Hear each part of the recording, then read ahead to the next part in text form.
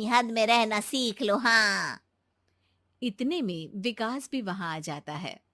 माँ, मुझे लगता है शिल्पा को घर रहने की जगह दुकान चलना चाहिए। इसकी नई चीजों की समझ और सोच हमारे बिजनेस के लिए बहुत अच्छी रहेगी। बेटे की बात सुनकर माँ को बहुत गुस्सा आ जाता है। अच्छा, और बीवी के आते ही तेरे तो सुर बदल गए। अगर ये दुकान जाने लगी तो गांव में क्या इज्जत रह जाएगी हमारी है? लोग क्या कहेंगे? ये कहीं नहीं जाएंगी बस। हाँ। माँ के आगे और कुछ बोले बिना विकास वहां से चला जाता है और सास शिल्पा को घर के कामों में लगा देती है। उसी रात विकास और शिल्पा साथ बैठकर बातें कर रहे होते हैं। मम्मी ऐसा क्यों सोचती हैं कि औरतें कुछ नहीं कर सकती और उन्हें लोगों की इतनी चिंता क्यों है? पापा की डेथ के बाद माँ ने दुकान संभालने की कोशिश की थी, पर लोगों ने उल्टी सीधी बातें सुनाकर उनका आत्मविश्वास इतना गिरा दिया कि वो कुछ कर ही नहीं पाई और सोचने लगी कि शायद औरतें ये सब कर ही नहीं सकती। इसलिए उनसे भी नहीं हुआ। लोगों की यही तो दिक्कत है, उन्हें अपने से ज्यादा दूसरे की जिंदगी में स्वाद आता है। वैसे लोग जिनसे डरते हैं ना, उन्हें ही तोड़ने की कोशिश करते हैं। आप फिक्र मत करो, मम्मी की सोच बदलने का तरीका है मेरे पास। और अगले ही दिन से शिल्पा अपनी सास की सोच बदलने और लोग क्या कहेंगे के डर को खत्म करने की जद्दोजहद में जुट जाती है। मम्मी आपको पता है, गीता बबीता, अरे जिनके ऊपर दंगल फिल्म भी बनी है, मैं फिल्म बिल में नहीं देखती। हाँ। वो हरियाणा की लड़कियां हैं, दोनों रेसलर हैं। उन्होंने जब ये शुरू किया था ना, तो लोगों ने बहुत बातें बनाई, बुरा भला बोला, मजाक भी बनाया, लेकिन उन्होंने ना किसी की सुनी, ना अपने ऊपर से विश्वास खोया और ना ही हार मानी। और देखो आज किस मुकाम पर है। अरे तो ये सब मुझे क्यों सुना रही है? हाँ। नहीं नहीं, बस ऐसे ही, हमें अपने आसपास की खबरें तो रखनी चाहिए ना। ऐसा कहकर शिल्पा अपनी सास को सोच में डालकर वहां से चली जाती है। अब शिल्पा हर दिन दुनिया के अगेंस्ट अपनी हिम्मत से सक्सेसफुल बनने वाली लड़कियों की कहानी अपनी सास को सुनाने लगती है। इसी तरह कुछ समय बीत जाता है। और माँ, आजकल बहुत चुप चुप रहती हो, सब ठीक तो है ना? बस कुछ सोचती रहती हैं, इसीलिए ज्यादा बोल नहीं पाती। ऐसा क्यों हुआ माँ? कोई दिक्कत है क्या? अरे तेरी पत्नी ही दिक्कत है। है? मैंने क्या किया?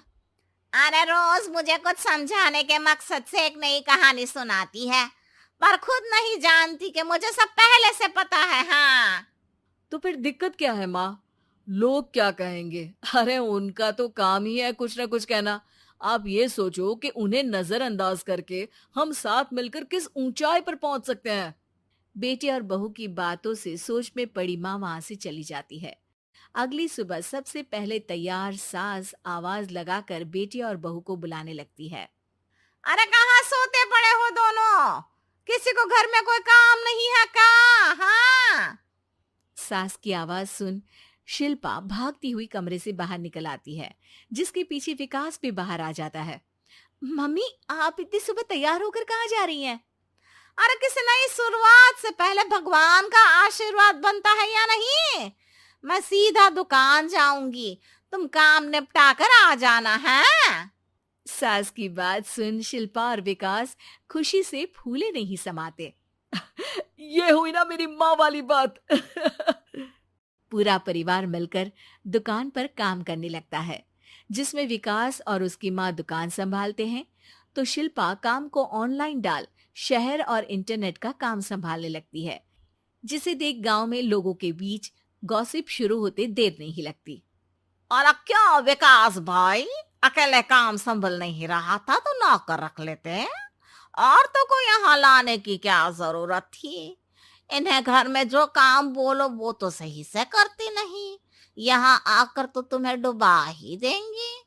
अरे भाई साहब, अगर आपके घर की औरतें सही से काम नहीं करती ना, तो हमें उससे कोई लेना देना नहीं। यहाँ आपकी पंचायत के लिए किसी के पास समय नहीं है। हाँ। करारा जवाब सुन बातें सुनाने आए लोग मुंह लचकाए उल्टे पैर वापस चले जाते हैं। वाह मम्मी, ये तो अब दोबारा कभी भूल कर भी यहाँ नहीं आएंगे। I am so proud of you. अरे बहुत हुआ, हाँ काम पर लगो चलो।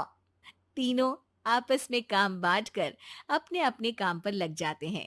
इसी तरह दिन दिनों के साथ महीने बीतते हैं, जिसमें शिल्पा की पढ़ाई, विकास की मार्केट स्किल और सास की फाइनेंशियल मैनेजमेंट से उनकी दुकान बहुत अच्छा बड़ा बिजनेस बन जाता है, जो गांव के साथ साथ शहर में भी अच्छा खासा मशहूर हो जाता है।